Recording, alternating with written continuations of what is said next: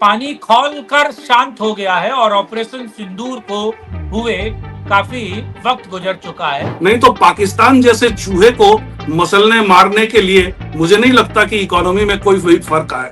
पाकिस्तान का विनाश, इस्लामिज्म का विनाश, इस्लामिस्ट का विनाश जो है, ये लक्ष्य होना चाहिए हमारी सरकार का। अमेरिका वाले इतने परेशान थे कि उन्होंने सत्ता पलट दिया, लेकिन ये मुझे लगने लगा ये भाई महामूर्ख को बिठा दिया उन्होंने राष्ट्रपति के पद पर। ये कहीं भी जाकर कुछ भी बोल देता है। चीन भी ये सोचने पर मजबूर हो गया कि अगर कभी भारत से हमारा युद्ध हुआ तो क्या हाल होगा। तो पाकिस्तान को लेके जो भी ऑब्जेक्टिव आपको सेट करना है, ये मान के चलना है कि युद्ध की स्थिति ये निरंतर बनी रहने वाली है। पाकिस्तान एक ऐसा शैतान देश है कि भारत के लोग इतने परेशान हैं उससे कि कई लोग, मैं समझता हूं कि अधिकांश लोग चाहते थे कि युद्ध थोड़ा और लंबा चले। नमस्कार, मैं कुमार श्रीकांत आपका स्वागत कर रहा हूं स्वधर्म में। और आज हम बात करने वाले हैं ऑपरेशन सिंदूर को लेकर। राजस्थान में नरेंद्र मोदी थे और नरेंद्र मोदी ने जिस तरीके से कहा कि उनकी रगों में गर्म सिंदूर बहता है। मोदी की नसों में लहू नहीं, गरम सिंदूर बह रहा है। और ऑपरेशन सिंदूर के बाद क्या वाकई इस देश का मिजाज बदल चुका है? क्या वाकई इस देश में सभी सनातनी, सभी राष्ट्रवादी एक सुर में एक ही बात कर रहे हैं कि जो भारतीय सेनाओं ने किया, हमें उस पर गर्व है? और इसके पीछे की रणनीति, राजनीति किस तरीके की रही, आज इस पर चर्चा कर रहे हैं। और क्योंकि पानी खौलकर शांत हो गया है और ऑपरेशन सिंदूर को हुए काफी वक्त गुजर चुका है, तो इसके अलग अलग पहलुओं को समझने की कोशिश करेंगे और उस पर एक चर्चा करेंगे। और मेरे साथ राजेश कुमार सिंह, आरएसएस के चिंतक अगर कहूं, और राजनीतिक विश्लेषक अगर मैं कहूं, और दूसरे आयाम में, क्योंकि ये जब अपने पर आते हैं, माफ कीजिएगा राजेश सर, जब ये अपने पर आते हैं तो ये मोहन भागवत को भी नहीं छोड़ते हैं और ये नरेंद्र मोदी को भी नहीं छोड़ते हैं। तो ये इनका संक्षिप्त सा परिचय है। और मेरे साथ सुरजीत दास गुप्ता, संस्थापक एडिटर, मेरे साथ जुड़े हैं स्वधर्म के। सुजीत सर, आपका भी बहुत बहुत स्वागत है। और सुजीत सर, मेरी और राजेश सर की तमाम वीडियोस आप लोग लगातार देखते रहते हो, तो ज्यादा मैं किसी का परिचय देने से बेहतर है टॉपिक पे आऊं।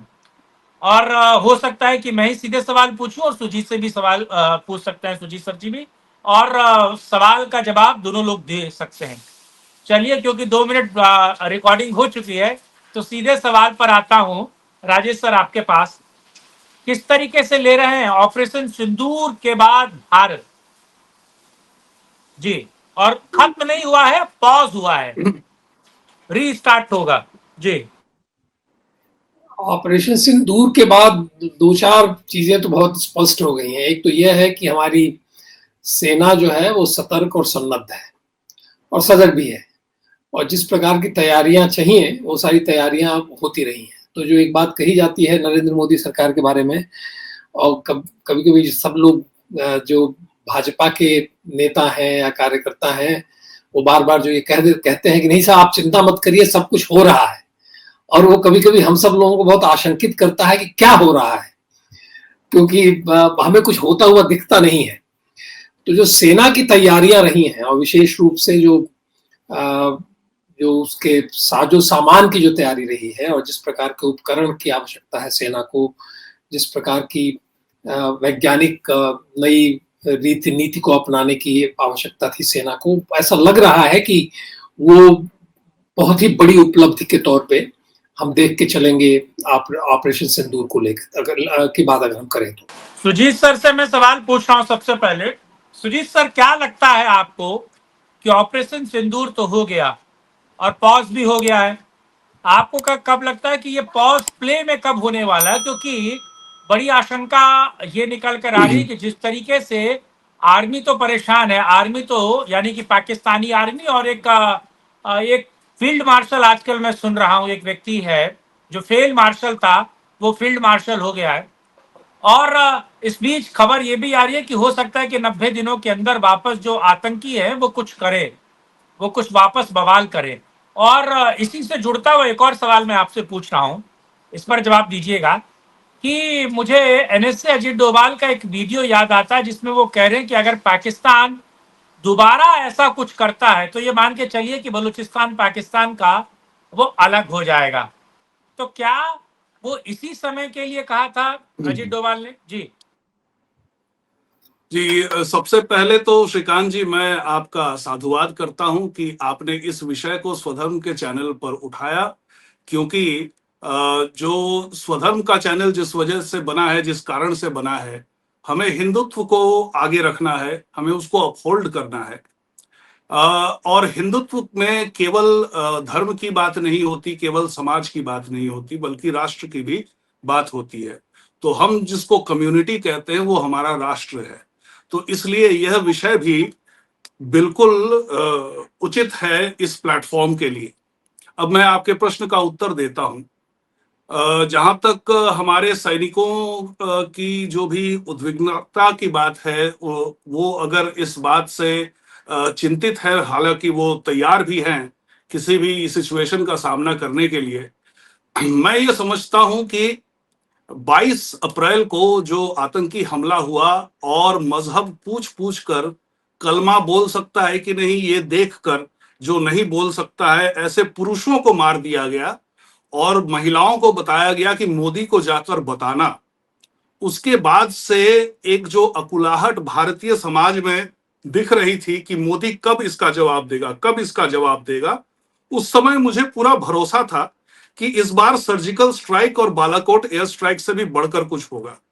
और मैं आपको कुछ स्क्रीनशॉट्स दूंगा उस दौरान, मतलब कि 22 अप्रैल और 7 मई के बीच का, जहां पर कि मैंने लिखा था कि इस बार मुझे विश्वास है, चूंकि आप जितनी बार आतंकवादियों को मारते हैं, आप एक को मारेंगे वो पाकिस्तान 100 और पैदा कर देगा।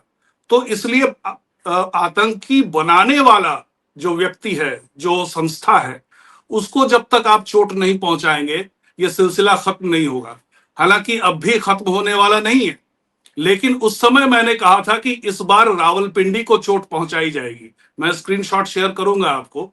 और पता नहीं ये मेरे मन से ईश्वर बुलवा रहे थे या कुछ, क्योंकि मैं कोई ज्योतिषी तो हूं नहीं, लेकिन मुझे पूरा विश्वास था कि इस बार मिसाइल अटैक होगा, इस बार एयर स्ट्राइक नहीं होगा और सर्जिकल स्ट्राइक नहीं होगा, बल्कि मिसाइल और ड्रोन का इस्तेमाल किया जाएगा और रावलपिंडी तक भी हमारा हमला पहुंच सकता है, जो कि सत्य साबित हुआ 7 और 10 मई के बीच में। तो ये जो अप्रैल 22 का जो हमें बदला लेना था, उसमें सरकार की तरफ से या सेना की तरफ से जो लिमिटेड ऑब्जेक्टिव रखा गया, उस ऑब्जेक्टिव को पूर्ण किया गया। चूंकि पाकिस्तान एक ऐसा शैतान देश है कि भारत के लोग इतने परेशान हैं उससे कि कई लोग, मैं समझता हूं कि अधिकांश लोग चाहते थे कि युद्ध थोड़ा और लंबा चले, हम पाकिस्तान ऑक्युपाइड कश्मीर को भी वापस ले लें, बल्कि हम पाकिस्तान में घुस जाएं, हम फिर से अखंड भारत बना दें। लेकिन ऐसा कोई भी गोल, कोई भी ऑब्जेक्टिव सरकार की तरफ से रखा नहीं गया था, और अगर रखा जाता तो वो कितना उचित होता वो एक अलग बहस का विषय है। तो जो लिमिटेड ऑब्जेक्टिव है वो पूरा कर लिया गया, और उसमें हम ये समझते हैं कि एक जो बहुत बड़ी उपलब्धि हुई कि पाकिस्तान के साथ साथ चीन भी लपेटे में आ गया, क्योंकि पाकिस्तान चीनी हथियार इस्तेमाल कर रहा था और हमारे हथियारों के सामने वो बिल्कुल, अंग्रेजी में जिसको डड कहते हैं, मतलब बिल्कुल बेकार की वस्तु, फ्लाइंग डस्टबिन आप कह सकते हैं। चाहे आप उनके PL-15 मिसाइल की बात करें, चाहे आप उनका HQ-9 की बात करें, जो उनका मिसाइल शील्ड व्यवस्था है, उनकी सारी व्यवस्थाएं धरी की धरी रह गई। और चीन भी ये सोचने पर मजबूर हो गया कि अगर कभी भारत से हमारा युद्ध हुआ तो क्या हाल होगा, क्योंकि 2020 में जब गलवान की वैली में जब झड़प हुई थी, और उस झड़प में भी सिर्फ इस खबर को उछाला गया था कि 20 भारतीय सैनिक मारे गए, जबकि 50 से अधिक अमेरिका और रूसी खुफिया एजेंसियों के अनुसार, उनके सैटेलाइट इमेजेस के अनुसार 50 से अधिक चीनी सैनिक मरे थे। और अमेरिकी थिंक टैंक्स में ये भी लिखा गया था कि कम समय के अंदर अगर एक युद्ध हो और निपट जाए तो उसमें भारत चीन पर भी भारी पड़ेगा। भारत के लिए मुश्किलें तभी होंगी अगर युद्ध लंबा खिंच जाए, क्योंकि फिर तब इकोनॉमी पर बात आ जाती है। दरअसल स्काई न्यूज ने एक ट्वीट किया कि हाँ। पीटीवी की खबर है कि राफेल गिरा है, और पीटीवी ने ट्वीट किया कि स्काई न्यूज की खबर है कि एक राफेल गिरा है। तो हाँ, तो खैर जो उसके बाद जो हुआ वो ये कि स्काई न्यूज की आपने बात की, स्काई न्यूज पर तब तक पाकिस्तान के एक मंत्री कह चुके थे कि हाँ, हमारे यहाँ पर आतंकवादी पनपते हैं और हमने तो ये शुरू किया था अमेरिका के इशारे पर सोवियत रूस को अफगानिस्तान से खदेड़ने के लिए, और तब से ये चला आ रहा है, ये सिलसिला खत्म नहीं हुआ है। और जब से सबसे मजेदार बात है कि हालांकि अमेरिका ने एक प्लेटफॉर्म दिया पाकिस्तान को कि आप इसका इस्तेमाल करें और अपना प्रोपेगेंडा चलाएं, लेकिन उसमें भी पाकिस्तान विफल रहा। जब कभी वो आज तक की कटिंग लगा देता है, कभी कहता है कि भारत के सोशल मीडिया यूजर्स कह रहे हैं कि पाकिस्तान जीत गया है, तो इस तरह की बातें उसकी डीजीएमओ की मीटिंग में हुई। वो एक बहुत ही हास्यास्पद एक प्रकरण था जहां पर कि उनकी सेना, उनके एयरफोर्स के लोग जो हैं वो परिहास के पात्र बन गए। तो ये सब कुछ मिला जुला कर हमें ये भी सोचना पड़ेगा कि इसके पीछे, इस युद्ध के पीछे, सिर्फ 3 दिन के युद्ध के पीछे किस तरह से आर्थिक व्यवस्थाएं जुड़ी हुई है। अमेरिका ने क्यों प्लेटफॉर्म प्रदान किया पाकिस्तान को? क्योंकि अमेरिका का F-16 भी पाकिस्तान की तरफ से लड़ रहा था। तो एक तरह से राफाल और सुखोई MK1 इन सब के सामने जो F-16 है वो फुस साबित हुआ, और अगर फुस साबित हुआ तो उसका मार्केट जो है वो डाउन हो जाएगा। इस घबराहट से कि F-16 का जो ग्लोबल मार्केट है वो डाउन ना हो जाए, तो ट्रंप भी कूद पड़ा इसके ऊपर कि नहीं नहीं, इसको रोको जल्दी। और CNN वगैरह ने जो है झूठी खबर फैलानी शुरू कर दी। एक तरह से एक इंटरव्यू लिया गया जो कि एक मतलब कि इस पता चल रहा था कि CNN जो है वो पाकिस्तान का मुखपत्र बन चुका है। कि मैं अब क्योंकि हमने इसका सामरिक महत्व समझा या फिर उस एस्पेक्ट को समझा, अब मैं थोड़ा इसके राजनीतिक महत्व पर बात करना चाहूंगा। राजेश सर, क्या शशि थरूर को और कांग्रेस के एकाध नेताओं को छोड़ दिया जाए तो बाकी कांग्रेसी नेता जो हैं वो राफेल पे सवाल उठा रहे हैं, मोदी डर गया, मोदी घबरा गया, मोदी पीछे आ गया, भारत पहले तो वो कह रहे थे नो वॉर, नहीं सबसे पहले उन्होंने चिल्लाया कि कब बदला लिया जाएगा। उसके बाद जब बदला होने लगा तो फिर कहने लगे वो टूल किट के हिस्से की स्टॉप वॉर, मतलब वॉर को रोक दीजिए, डी एस्केलेट कर जाइए। और जब वॉर रुक गई तो फिर वो चिल्लाने लगे कि मोदी डर गया। यानी कि चिट भी उनकी, पट भी उनकी और अंटा उनके बाप का। सरकार की ओर से अगर कोई इनविटेशन आता है, कोई मांग आती है कि एक बहुदलीय प्रतिनिधिमंडल में कांग्रेस पार्टी भी शामिल हो, हम जरूर शामिल होंगे और जो कुछ हमें करना है हम करेंगे। राष्ट्रीय हित सर्वोपरि है। और जहां पहले आतंकी हमले नहीं हुए थे अभी हो रहे हैं, और हमारे सारे सांसद जापान, अमेरिका, अलग अलग देशों में 30-32 देशों में घूम रहे हैं। आतंकवादियों को तो पकड़िए, गिरफ्तार कीजिए, वो तो आपकी प्राथमिकता वो है, प्राथमिकता सांसदों को भेजने की नहीं होनी चाहिए। तो ये समझ से परे है कि वो चाहते क्या था, वो नैरेटिव बड़े पैमाने पर फैला रहे थे। तो ये कांग्रेस की राजनीति इस वक्त भी इसी तरीके से चल रही है, क्योंकि आपने इससे पहले का भी समय देखा होगा, 99 का समय भी देखा होगा कारगिल युद्ध का। तो क्या कांग्रेस क्या ऐसी ही राजनीति करती आई है? जब से नरेंद्र मोदी आए हैं कांग्रेस की राजनीति तो यही रही है, और उस राजनीति के पीछे उसका उद्देश्य बड़ा स्पष्ट है, हम सब लोग जानते हैं। देखिए, कहीं भी आप आज की राजनीति जो चल रही है, जो राष्ट्रीय राजनीति में जो कुछ भी हो रहा है उसके बारे में अब कुछ भी अस्पष्ट नहीं रहा, कहीं कोई संदेह की स्थिति नहीं बनी रही। तो कांग्रेस की राजनीति, कांग्रेस की रणनीति वो पूरी तरह से राजनीतिक ही है, वो राष्ट्र से अब उसका कोई लेना देना नहीं रह गया है। और जितने भी मोदी विरोधी दल है या जो भी भाजपा विरोधी दल है प्रदेश स्तर पे, वो सब के सब जो है कहीं ना कहीं से आप देखेंगे तो वो 0.5 जो मोर्चा है, जो आधा मोर्चा बोला गया, वो उसका हिस्सा बन गए हैं। अब आप उसमें कहीं किसी को संदेह नहीं होना चाहिए, और हिस्सा वो इसलिए बन गए हैं, और उसका कारण बिल्कुल एक ही है, मुसलमान वोट। तो अगर आपको मुसलमानों का वोट पाना है तो मॉडरेट मुसलमानों का वोट नहीं पाना है, आपको इस्लामिस्ट का वोट ही पाना है, क्योंकि ये आप मान के चलें कि 90% मुसलमान जो इस्लामिज्म और इस्लामिस्ट जो है, जो जिहादी प्रवृत्ति है, उसका पोषण करते हैं, उसका लालन पालन भी करते हैं, उनको धन भी देते हैं उसको आगे बढ़ने के लिए। राजेश सर, बीच में टोक रहा हूं, सॉरी, आपसे ज्यादा नेवी वाले दुखी थे। नेवी वाले आपसे ज्यादा दुखी थे, प्लीज। नेवी वाले दुखी थे, उनको अवसर नहीं मिला। लेकिन मैं जो ये कहना चाहता हूं कि लिमिटेड ऑब्जेक्टिव तो हो ही नहीं सकता। अगर अभी भी अगर भारत का राजनीतिक नेतृत्व अगर ये मान के चलता है कि आप पाकिस्तान के साथ इस तरह के लिमिटेड ऑब्जेक्टिव रख के उसके साथ डील करेंगे और आप सफल हो जाएंगे और सब कुछ शांति प्रतिस्थापित हो जाएगी, इससे बड़ी मूर्खता कोई हो नहीं सकती है। तो पाकिस्तान को लेके जो भी ऑब्जेक्टिव आपको सेट करना है, ये मान के चलना है कि युद्ध की स्थिति ये निरंतर बनी रहने वाली है, कभी भी शांति की स्थापना नहीं होने वाली है। और ये भारत की स्थिति नहीं है, विश्व में सब ये जानते हैं कि युद्ध ही निश्चित है।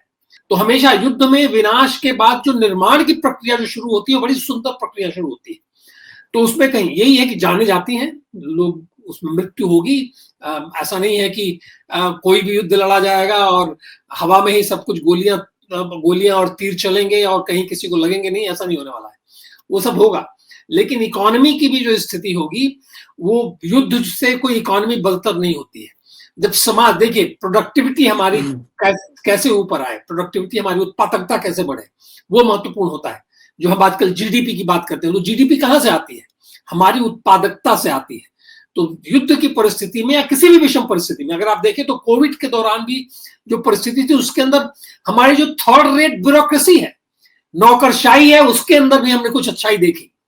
बिहार के अंदर, उत्तर प्रदेश के अंदर, बड़े बड़े राज्यों के अंदर जिस तरीके से उसी नौकरशाही ने सब कुछ मैनेज किया, वो बहुत ही क्रेडिट वर्दी था। उसके लिए तालियां, उसके लिए लोगों को श्रेय दिया जाना चाहिए इसी ब्यूरोक्रेसी को। यही ब्यूरोक्रेसी जो हमारे गले में फंदे की तरह अटकी रहती है, वो उस विषम परिस्थिति के अंदर उसने अपना एक सुंदर स्वभाव भी दिखाया। तो इकोनॉमी वगैरह के जब की बात लोग करने लगते हैं युद्ध को लेके, तो मुझे वो लगता है कि वो सदा ही कहीं भी कोई भी जब युद्ध होता है, जब दो देश लड़ रहे होते हैं, तो इकोनॉमी की कोई चिंता उस समय नहीं कर रहा होता है। और हम इतने ईश्वर की कृपा से, हमारे किसानों ने, ईश्वर की कृपा से हमारे जो इंडस्ट्रियलिस्ट हैं, सारे लोगों ने अपनी क्षमता दिखा दी है कि अगर ऐसी परिस्थिति आएगी तो 1962 नहीं होने वाला है। बताइए ना, लोग बार बार बोलते थे कि अरे हमारे यहाँ तो ड्रोन नहीं है, हमें तो अमेरिका से खरीदना है, यहां से खरीदना है। पता चला कि हमारे ड्रोन, भारत के बने हुए ड्रोन्स ने इतना तगड़ा काम किया। हमारी टेक्नोलॉजी ने, जो हमारी जो इंडिजिनस घरेलू टेक्नोलॉजी ने किस तरीके से जो आयरन डोम बना के चल रहा है इजराइल वगैरह, उससे भी अच्छा प्रभावी सिद्ध हुई वो। इसलिए क्षमता के अंदर की कमी नहीं है। तो जब ऐसी परिस्थिति आती है तो हमारी क्षमता और विकसित होती है और हमारी उत्पादकता भी बढ़ती है। और एक बात जो मैंने ये कहा कि अब देख लें, ये युद्ध में सतत युद्ध करता रहा है भारत, सतत। अगर हम अपने पुराणिक काल को भी ले लें तो पुराणिक कालों की कथा तो युद्ध की ही कथा है। लेकिन अगर हम आगे जो मुसलमानों ने जो हमारे ऊपर आक्रमण किया उनको भी देखें तो सतत कभी रुके नहीं है। हमारे जितने वॉरियर हुए हैं जो पुराने जमाने के, उनकी एवरेज एज क्या हुआ करती थी? 35 साल, 40 साल, बड़ा से बड़ा वॉरियर। इक्का दुक्का जो थे जो लंबा जी गए, नहीं तो सब बहुत कम उम्र में उनकी मृत्यु गई, लेकिन बहुत कुछ करके चले गए। तो हमें तो योद्धा हमेशा लगातार बने रहना पड़ेगा। हम वो योद्धा जो है ये सोच के नहीं चलता है कि हम 100 साल जीवित शरद सदन जो है, उसकी कल्पना तब होती है जब आदमी वानप्रस्थ की स्थिति में पहुंच जाता है। तो लोग कहते हैं भैया 100 साल जी लो, लेकिन जब युद्ध और संघर्ष की स्थिति होती है तो जीना महत्वपूर्ण नहीं होता है। 25 साल का नौजवान, उसने अपनी वीर गति दी है, वो जिस शान से उसको उसकी वीर गति को लोग सेलिब्रेट करते हैं, जिस तरीके से हजारों लोग उसकी शव यात्रा में निकलते हैं, वो दिखाता है कि वो कितना महत्वपूर्ण था। और अगर कोई व्यक्ति जो है, बुजुर्ग व्यक्ति 100 साल की उम्र में मरता है तो लोग उसके ऊपर भी फूल पत्ती चढ़ा देते हैं, लेकिन हजारों लोग उसके पीछे नहीं जाने वाले, क्योंकि 100 साल की उम्र में उसकी सारी उत्पादकता शून्य हो गई रहती है। तो इसलिए ये सारी चीजें ध्यान रखनी चाहिए एक समाज के तौर पे, विशेष रूप से हिंदू समाज के तौर पे, कि संघर्ष का दौर निरंतर है और इस संघर्ष के दौर में कोई भी रणनीति आपको बनानी है, वो ऐसी रणनीति नहीं हो सकती जिसके लिमिटेड ऑब्जेक्टिव हो, विशेष रूप से पाकिस्तान जैसे शत्रु से निपटने के लिए। उसके एक लार्जर ऑब्जेक्टिव लेके चलने पड़ेंगे, और यदि हमारी सरकार के पास वो लार्जर ऑब्जेक्टिव नहीं है, वो हमेशा लिमिटेड ऑब्जेक्टिव के साथ ही लड़ती रही, यानी कि कहीं कोई किसी आतंकवादी ने 25 लोगों को मार दिया और आप चढ़ गए पाकिस्तान के ऊपर और इसके बाद फिर आपने समझौता कर लिया, तो काम नहीं होने वाला है। अगर कहीं कुछ होना है तो एक लार्जर ऑब्जेक्टिव लेके चलना पड़ेगा कि पाकिस्तान से कैसे निपटना है, उसको कैसे उसका विनाश करना है। पाकिस्तान का विनाश, इस्लामिज्म का विनाश, इस्लामिस्ट का विनाश जो है, यह लक्ष्य होना चाहिए हमारी सरकार का, हमारी देश का, हमारी सेना का। ये जो लार्जर लक्ष्य है, उसकी प्राप्ति के लिए छोटे छोटे लक्ष्य जो टैक्टिकल मूव्स करते हुए आप चले, ठीक है। अगर ये लक्ष्य नहीं था, केवल इसलिए किया गया कि साहब हम 9 जगहों पे पहले उड़ा देंगे और शायद पाकिस्तान शांत अगर बैठ जाएगा तो हम चुपचाप बैठ जाएंगे, उस लक्ष्य, अगर केवल इसी लक्ष्य के लिए, इस लिमिटेड लक्ष्य के लिए युद्ध अगर छेड़ा गया, तो ये मेरे विचार से मूर्खता थी। तो अभी भी अगर वो लार्जर लक्ष्य नहीं है, वो बड़ा लक्ष्य नहीं सामने रख के हमारी सरकार चल रही है, तो मूर्खता होगी। इसीलिए वो आशंका मेरे मन में है बनी हुई कि वो लार्जर ऑब्जेक्टिव इनके पास था कि नहीं था। सुजीत सर, एक सवाल ये है कि इस बीच जिस तरीके से सफाई अभियान भारत कर रहा है और एक्सपोर्ट की एक कंपनी खुली है, इंपोर्ट की नहीं, केवल एक्सपोर्ट कर रहा है वो, और वो कंपनी खुली है आसाम में। आसाम के मुख्यमंत्री ने एक एक्सपोर्ट कंपनी खोली है और वो कह रहे हैं कि पूरे भारत से पकड़ के लाओ और हमारे यहाँ लेकर आओ और हम उसे तुरंत एक्सपोर्ट कर देंगे। त्रिपुरा में जो भील हैं, जो गू हैं, जो आदिवासी हैं, वो मतलब इतना बढ़िया तीर धनुष का इस्तेमाल कर रहे हैं। और ये वक्त था जब आपने रोहिंग्याओं को डिटेन किया, बांग्लादेशियों को डिटेन किया, और इस वक्त उनका भारत से निकाला हो रहा है, सही तरीके से अगर देखा जाए तो। इस परिप्रेक्ष्य में इस बीच एक गुरुग्राम का प्रोफेसर है साहब, ठीक, महबूबाबादी, और वो उलूल जुलूल टिप्पणी करता है और मतलब एक तरीके से ऑपरेशन सिंदूर पे भी सवाल उठाता है, और जो हाफ फ्रंट का टूल किट के सबसे बड़े पुरोधा है, जिसमें आरफा खानम शेरवानी पजामा और न जाने कौन कौन है, जो खूब ट्विटर पे उन्माद फैलाने की कोशिश कर रहे हैं और लगातार पोक करने की कोशिश कर रहे हैं। तो क्या एक अलग परिप्रेक्ष्य में देखा जाए कि भारत अब सफाई अभियान भी चला रहा है? और चिकन नेक को भी जोड़िएगा, क्योंकि मुझे लगता है कि पाकिस्तान, वो बांग्लादेश, एक तरीके से देखा जाए तो वो चाइना को भी अपने यहाँ निवेश का अवसर दे रहा है और अमेरिका भी उसके यहाँ जा रहा है, और चिकन नेक को लेकर भी समस्या है। जी श्रीकांत जी, मैं आपके प्रश्न का मैंने पूरा नोट डाउन कर लिया है, क्या क्या पॉइंट्स हैं, लेकिन उसका उत्तर देने से पहले मैं थोड़ा क्लैरिफाई कर दूं दर्शकों के लिए भी और राजेश जी के लिए भी। ये जो लिमिटेड ऑब्जेक्टिव की मैंने बात की थी, इसमें कभी भी जो दो देशों के बीच युद्ध होता है तो उसके कुछ प्रोटोकॉल्स होते हैं, कुछ औपचारिकता होती है। आपने देखा होगा कि 7 मई को या उससे पहले 6 मई को भारत की प्रधानमंत्री द्वारा देश को, राष्ट्र को कोई संदेश नहीं दिया गया कि हम युद्ध में जा रहे हैं। तो जब दो देशों के बीच युद्ध होता है तो दोनों देश घोषणा करते हैं बिल्कुल औपचारिक तौर पे कि वी आर एट वॉर। ऐसी कोई घोषणा न तो भारत की तरफ से हुई न पाकिस्तान की तरफ से हुई। और जो डीजीएमओ की मीटिंग हुई, जो प्रेस कॉन्फ्रेंस हुआ, उसमें उन्होंने स्पष्ट किया कि इंटेलिजेंस एजेंसीज के अनुसार ये जो 9 ठिकाने थे जहां पर की आतंकवादियों को तैयार किया जाता था, उसके रिपोर्ट के अनुसार उन्होंने चिन्हित किया उन 9 जगहों को और वहां पर बमबारी की, वहां पर अच्छा खासा नुकसान पहुंचाया, जैसे विदेशी कई चैनलों के फुटेज से भी हमें पता चलता है। तो लेकिन जब 8-9 मई को पाकिस्तान ने जवाबी कार्रवाई करने की शुरुआत की, तब मुझे जाकर राजेश जी जो बात कह रहे हैं कि एक ब्रॉडर पर्सपेक्टिव होना कितना आवश्यक है। आप हाल ही में हुए किसी भी युद्ध को याद कीजिए, जैसे कि जो सेकेंड वर्ल्ड वॉर हुआ, सेकेंड गल्फ वॉर हुआ, जिसमें कि बाद में सद्दाम हुसैन पकड़ा गया और फिर उसको फांसी हो गई।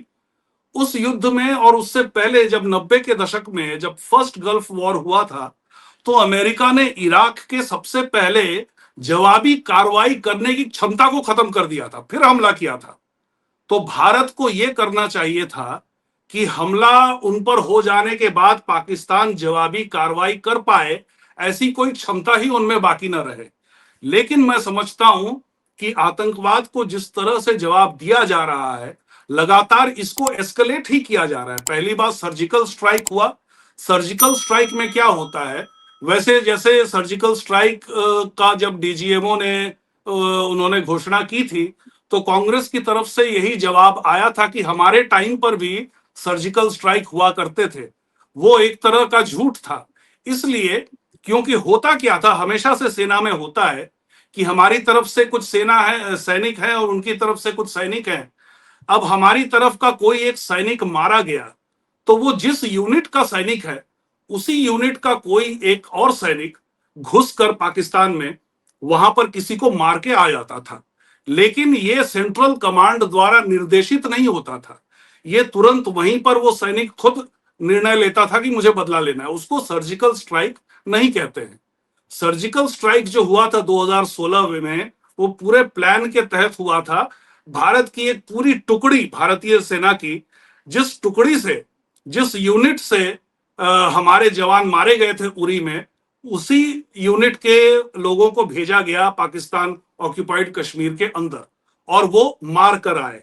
अगला बार जो हमने 2019 में किया, वो बालाकोट में एयर स्ट्राइक किया, बहावलपुर पे एयर स्ट्राइक किया, जो कि जैश ए मोहम्मद के जो सरगना है मौलाना मसूद अजहर, जिसको कंदहार में छोड़ दिया गया था IC-814 के हाईजैक के टाइम पर, तो उसके ठिकाने पे मारा गया। इस बार ऑपरेशन सिंदूर में 2016 और 2019 दोनों से ज्यादा बड़ी कार्रवाई की गई है। तो मुझे पूरा विश्वास है कि वैसे भी सेना की तरफ से बोल दिया गया है कि ऑपरेशन सिंदूर स्थगित किया गया है, खत्म नहीं हुआ है।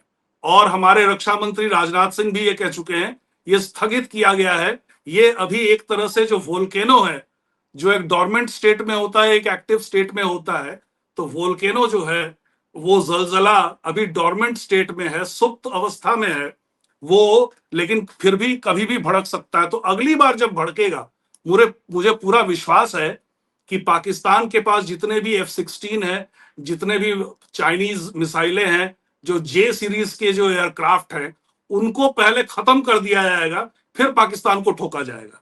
ये तो लिमिटेड ऑब्जेक्टिव का तो वो सिर्फ एक छोटा सा एक प्रसंग था, लेकिन उसके बाद इकोनॉमी का प्रश्न आता है। मैं राजेश जी से सहमत हूं, लेकिन वो मैंने केवल एक सीमित दायरे में उस शब्द का प्रयोग किया था कि अमेरिकी थिंक टैंक्स का कहना था 2020 में, जब गलवान में झड़प हुई थी, कि अगर भारत चीन युद्ध होता है और कम समय के लिए होता है तो भारत जीतेगा, लेकिन अगर लंबे समय तक चलता रहे तो फिर भारत को मुश्किलें आ सकती है। नहीं तो पाकिस्तान जैसे चूहे को मसलने मारने के लिए मुझे नहीं लगता कि इकोनॉमी में कोई फर्क पड़ेगा। अब मैं आपके प्रश्न पे आता हूं, जो असम की बात हुई, त्रिपुरा की बात हुई, और फिर हमारे यहाँ पर जो लेफ्ट इन्फ्लुएंसर्स हैं, वो किस तरह से दुश्मन की भाषा बोलते हैं, शत्रु की भाषा बोलते हैं। इस पर मेरा ये समझना है कि मोदी सरकार के अंतर्गत जो मंत्री हैं, चाहे जैसे आप देख लीजिए हमारे विदेश मंत्री जो S जयशंकर है, वो विदेशी प्लेटफॉर्म्स पे जाकर जिस तरह से बोलते हैं, और उतना स्पष्ट मोदी स्वयं नहीं बोलते। The cessation of firing and military action was something which was negotiated directly between India and Pakistan. We made one thing very clear to everybody who spoke to us, not just United States, but to everybody, saying, look, if the Pakistanis want to stop firing, they need to tell us. We need to hear it from them. Their general has to call up our general and say this. And that is what happened. इसी प्रकार हमारे कई मुख्यमंत्री हैं, चाहे उत्तर प्रदेश के योगी आदित्यनाथ हो, असम के हिमंत बिश्व शर्मा हो, और त्रिपुरा में भी भाजपा का ही राज है। तो इन जगहों पर मेरे विचार से एक तरह का प्लान या फिर एक तरह की अंडरस्टैंडिंग बनी हुई है बीजेपी के अंदर कि कौन कितना बोलेगा, और उसमें जो प्रधानमंत्री हैं वो थोड़ी मर्यादा का पालन करते हैं। कुछ चीजें उनको लगता है कि उनके मुंह से बात अच्छी नहीं लगेगी तो वो या तो योगी से बुलवा देते हैं या हिमंत बिश्व शर्मा से बुलवा देते हैं।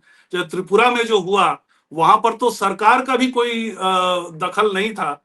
वहां के जो आदिवासी हैं उन्होंने तीर धनुष से जवाब दे दिया घुसपैठियों को। अब आते हैं लेफ्ट इन्फ्लुएंसर्स की बात पर।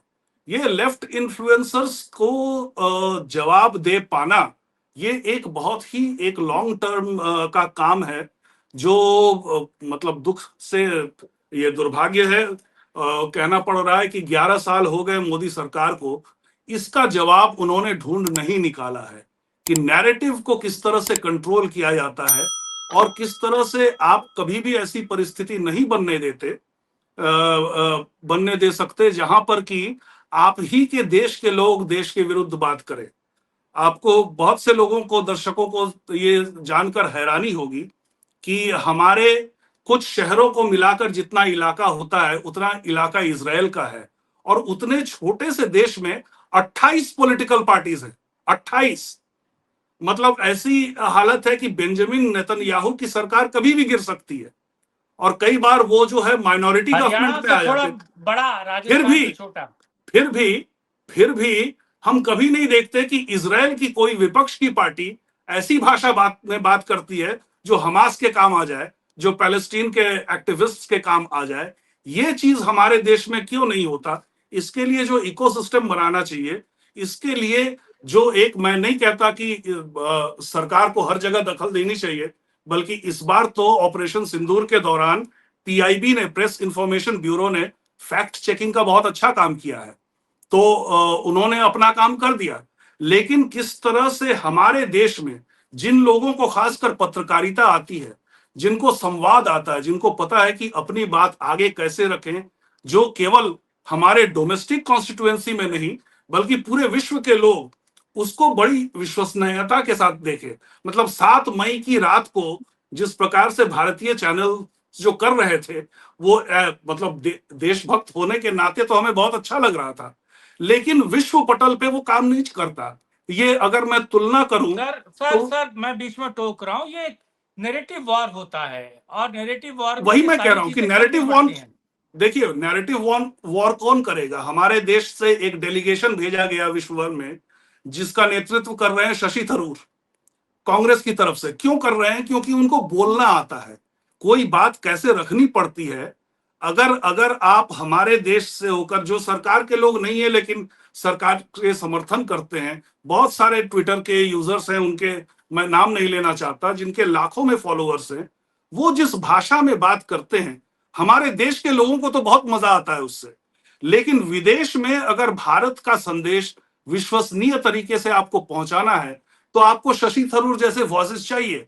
उनमें उनके व्यक्तित्व में कुछ कमजोरियां हैं, वो एक अलग बात है, लेकिन जहां तक भारत के स्वार्थ, भारत के हित की बात है, उसको ऑपरेशन सिंदूर के संदर्भ में उन्होंने बहुत बढ़िया परिभाषित किया। इसलिए जिस प्रकार से यूनाइटेड नेशंस में नरसिम्हा राव ने अटल बिहारी वाजपेयी को भेजा था, इस बार मोदी सरकार ने तय किया कि शशि थरूर को भेजा जाएगा। और इसी प्रकार थोड़ी हैरानी भी हुई कि इस दौरान किस तरह से हो सकता है कि ये उनका छलावा हो।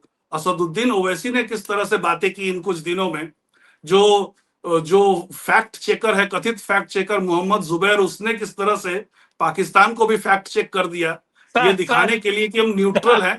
लेकिन मुझे इस बात का संतोष है, कि मोदी सरकार इस छलावे में नहीं आई, नहीं तो वो हो सकता था कि जुबैर और असदुद्दीन ओवैसी को भी उस डेलीगेशन में भेज देते। उनको नहीं भेजा जा रहा है, शशि थरूर को ही भेजा जा रहा है।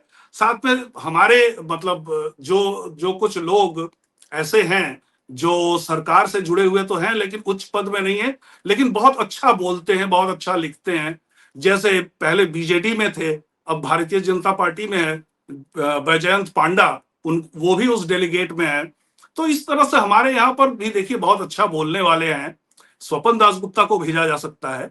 तो इस तरह के लोगों से एक मतलब अभी तो तुरंत जो विदेशी देशों विदेश में जाकर जो अपनी बात रखनी है वो तो हुआ, लेकिन लॉन्ग टर्म में एक मीडिया प्लानिंग होनी चाहिए, एक कम्युनिकेशन का एक सिस्टम तैयार होना चाहिए, जो कि दिग्गज जो है वो इकट्ठे बनकर उसका क्या उसका जामा होगा, क्या उसका खाका होगा, किस तरह से वो विभाग काम करेगा, या विभाग होगा ही नहीं बल्कि व्यवस्था होगी एक, ये इस इन सब पर काम करने की आवश्यकता है।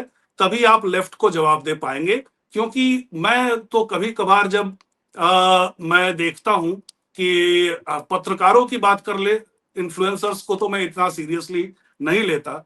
जो लेफ्टिस्ट पत्रकार हैं, ये जो युद्ध चल रहा था इस दौरान, जब जब कोई ऐसी खबर आती थी कि भारत को कोई हानि पहुंची है और पाकिस्तान ने हानि पहुंचाई है, भले ही वो खबर झूठ हो, वो बहुत ही एक्साइटेड हो जाते थे।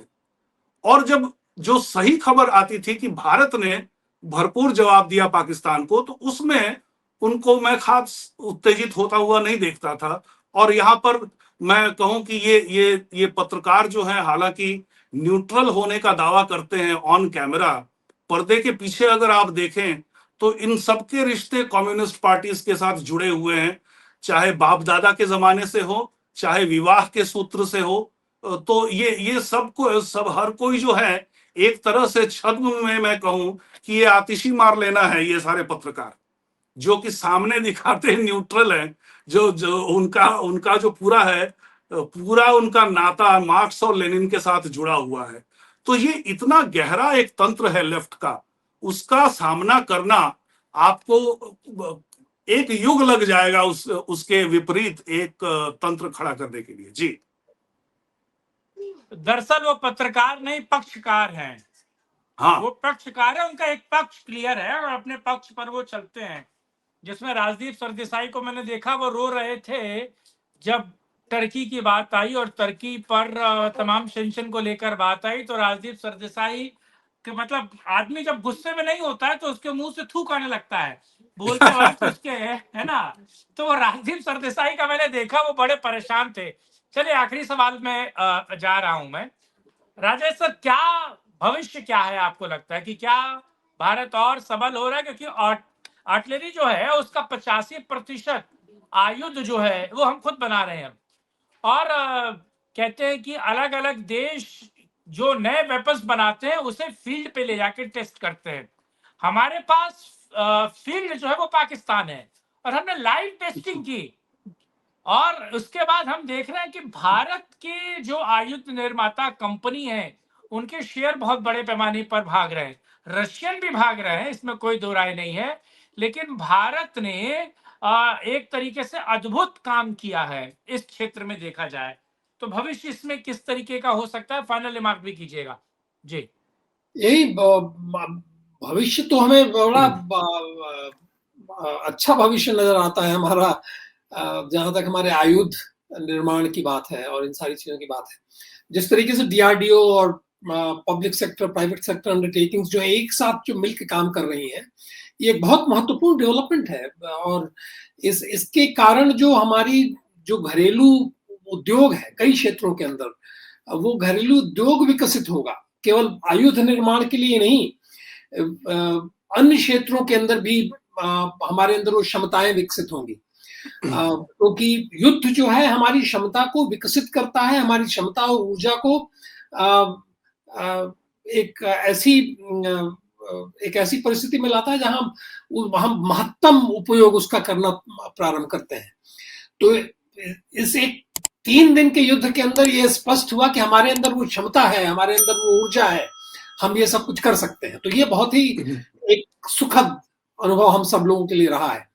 और इसका जो परिणाम जो निकलेगा, जिसके कारण और भी उत्साह लोगों के अंदर बढ़ेगा, अन्य क्षेत्रों में भी बढ़ेगा, उसका हमारे देश की अर्थव्यवस्था में बड़ा पॉजिटिव सकारात्मक असर पड़ने वाला है।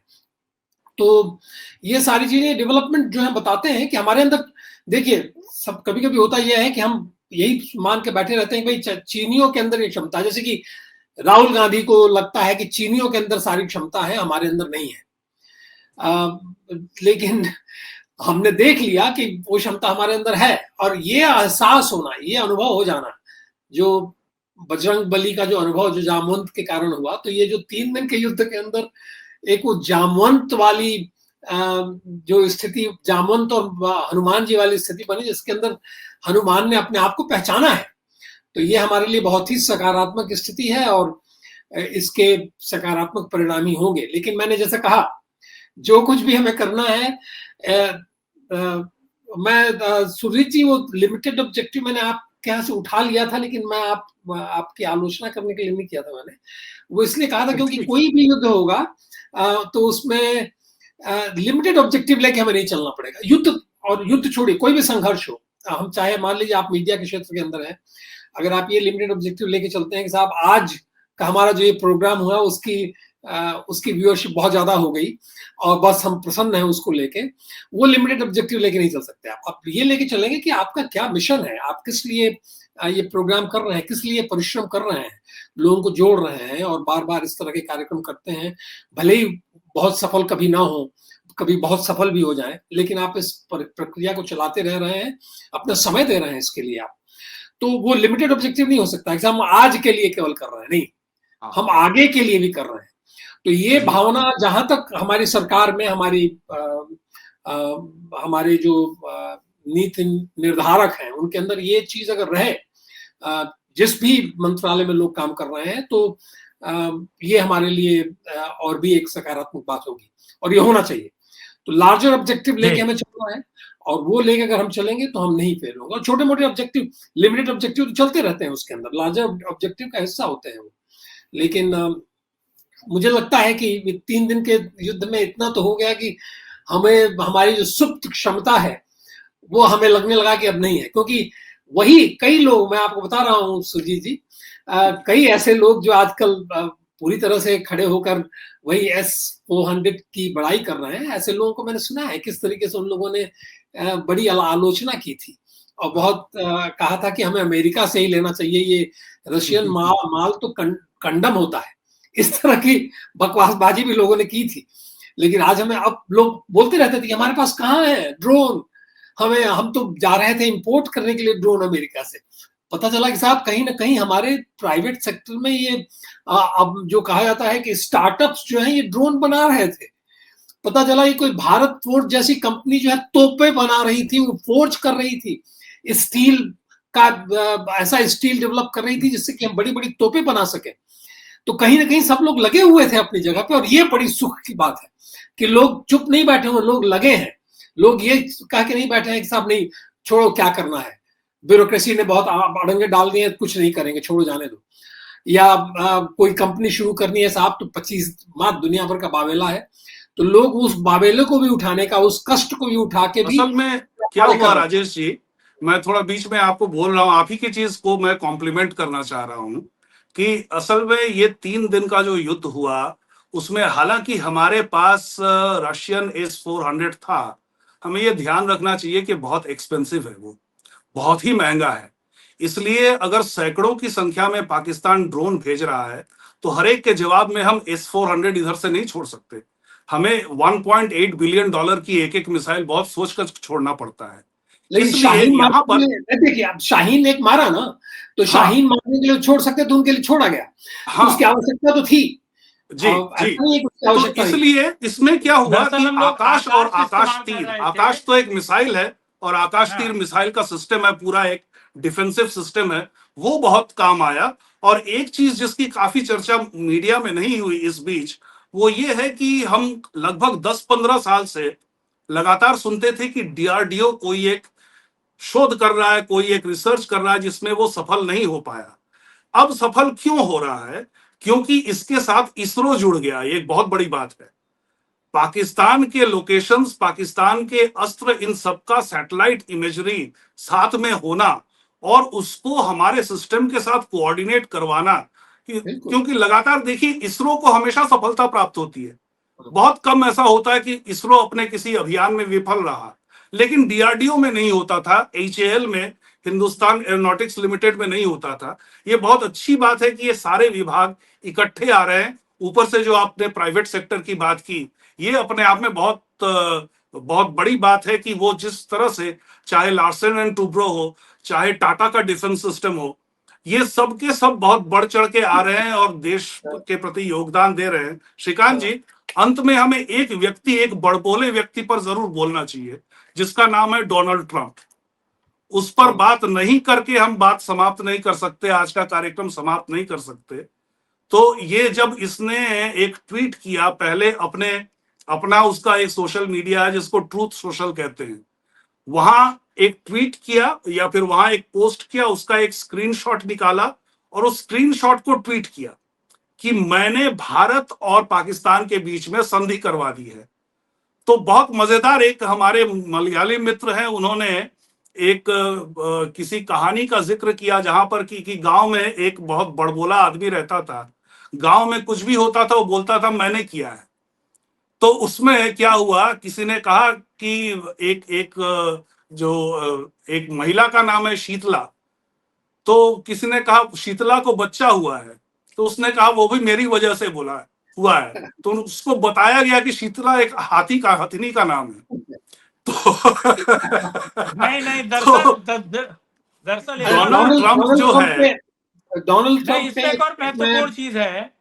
हाँ, बहुत सारे लोगों के तशरीफ में एक बीमारी होती है, इनके मुख में है वो। हाँ, नहीं हमने ना ये जो डेमोक्रेट सरकार हुआ करती थी, उसके वोकिज्म से अमेरिका वाले इतने परेशान थे कि उन्होंने सत्ता पलट दिया। लेकिन ये मुझे लगने लगा ये भाई महामूर्ख को बिठा दिया उन्होंने राष्ट्रपति के पद पर। ये कहीं भी जाकर कुछ भी बोल देता है।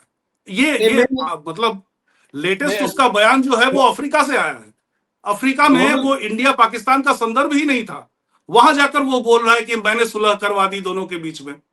नहीं, इसमें एक बहुत बढ़िया इंडिकेशन आप लोगों को मिल रहा, हम लोगों को मिला है। हम लोग ये जान लें, मैं अभी डोनाल्ड ट्रंप जब चुनाव लड़ रहे थे तो हम लोग उनको राष्ट्रवादी समझते थे ना, कि कम से कम नेशन फर्स्ट उसके लिए था, सब कुछ था, इसके लिए सब लोग समर्थन करते थे। कम से कम हम कहते थे कि वो दक्षिणपंथी है, इसलिए भी हम उसका समर्थन करते थे। कई कारणों से हम उनका समर्थन करते थे। वोक नहीं है, लेफ्टिस्ट नहीं, इसलिए भी समर्थन करते थे। लेकिन अब ये स्पष्ट हो गया कि जहां तक अमेरिकन डीप स्टेट है और जो अमेरिकन इंटरेस्ट है, जो स्ट्रेटेजिक इंटरेस्ट है, वो सब कुछ जो है वो कहीं जाने वाले नहीं। वो डीप स्टेट वहां बरकरार है। और वो जो कहता था ना कि हम ड्रेन द स्वाम्प जो करके एक कैंपेन जो पहली बार भी जीत के आए थे और फिर इस बार भी हुआ कि हम तो पूरे स्वाम्प को हम करेंगे, ये वॉशिंगटन का जो ब्यूरोक्रेसी है उसको खत्म करेंगे। ये स्पष्ट लग रहा है कहीं कुछ नहीं ये सब होने वाला है। उनका डीप स्टेट अब तो लग रहा है कि ये डोनाल्ड ट्रंप जो है डीप स्टेट के जो ऑब्जेक्टिव्स हैं उन्हीं को फुलफिल कर रहे हैं। ये जो वॉशिंगटन का स्वाम्प है उस स्वाम्प का हिस्सा हो गए। तो अब हम ये मान के चलें कि अमेरिका का जहां तक प्रश्न पैदा होता है वो अपने स्ट्रेटेजिक इंटरेस्ट और अपनी मजबूत स्थिति है, चाहे उसकी मुद्रा हो या जिस कारण से भी हो, उसको लिवरेज करके, उसका कहीं कोई सिद्धांत नहीं है ना, उसका लोकतंत्र से कोई उसको लेना देना है कहीं, या विश्व शांति से भी उसका कोई लेना देना नहीं है। उसका सब कुछ लेना देना अपने स्वहित के लिए ही, पैसे से, और वही होना वो कर रहे हैं डोनाल्ड ट्रंप। वो व्यापारी आदमी है, सौ बातों की एक बात, वो व्यापारी आदमी है और जहां उसको नफा दिखेगा वो करेगा। और आजकल उसके हर वाक्य में एक शब्द होता है डील। हर वाक्य में एक शब्द होता है डील, मैंने डील करा दी। हाँ, दरअसल वो वही आदमी है। और बहुत, मैंने अभी बोला था, बहुत सारे लोगों को पीछे पाइल्स होता है उसके मुंह में है, तो वो हमेशा बोलता रहता है। लेकिन भारत की तरफ से बहुत अच्छा जवाब दिया गया, क्योंकि हम स्पष्ट तौर पे कूटनीति में हम स्पष्ट तौर पे नहीं कह सकते कि यूएस का राष्ट्रपति झूठ बोल रहा है। लेकिन जिस तरह से प्रधानमंत्री का देश के प्रति संदेश जो था टीवी पर, चाहे वो हो चाहे आज का भाषण हो, वो एक तरह से इनडायरेक्ट तरीके से हम बता ही दे रहे हैं कि डोनाल्ड ट्रंप झूठा आदमी है। मैं आज विश्व समुदाय को भी कहूंगा, हमारी घोषित नीति रही है अगर पाकिस्तान से बात होगी तो टेररिज्म पर ही होगी। अगर पाकिस्तान से बात होगी तो पाक ऑक्युपाइड कश्मीर पीओके उस पर ही होगी। लेकिन चलिए लास्ट कमेंट मैं ही कर रहा हूं। मैंने 6 डे वॉर के बारे में सुना था, सबसे शॉर्टेस्ट सबसे छोटी वॉर थी 6 डे वॉर, आपको पता है इजराइल की थी 6 दिनों की, और उससे भी छोटी वॉर हमने देखी जो 3 दिनों में निपटी और भारत में विजय हुआ।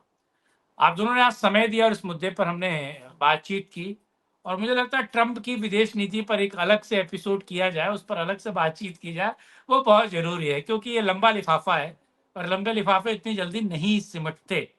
लेकिन आज आपने समय दिया, उसके लिए बहुत धन्यवाद। दर्शकों से अनुरोध है कि वीडियो को लाइक, शेयर, चैनल को सब्सक्राइब करें और स्वधर्म के साथ जुड़े, और अपने सवाल कमेंट बॉक्स में रखना बिल्कुल ना भूलें, क्योंकि आपके सवाल हमारी हौसला भी बढ़ाएंगे और गति भी प्रदान करेंगे, और उन सवालों के आधार पर हम वीडियो में और जो है नए चेंजेस लाएंगे। तब तक के लिए जय हिंद, जय भारत, वंदे मातरम, नमस्कार।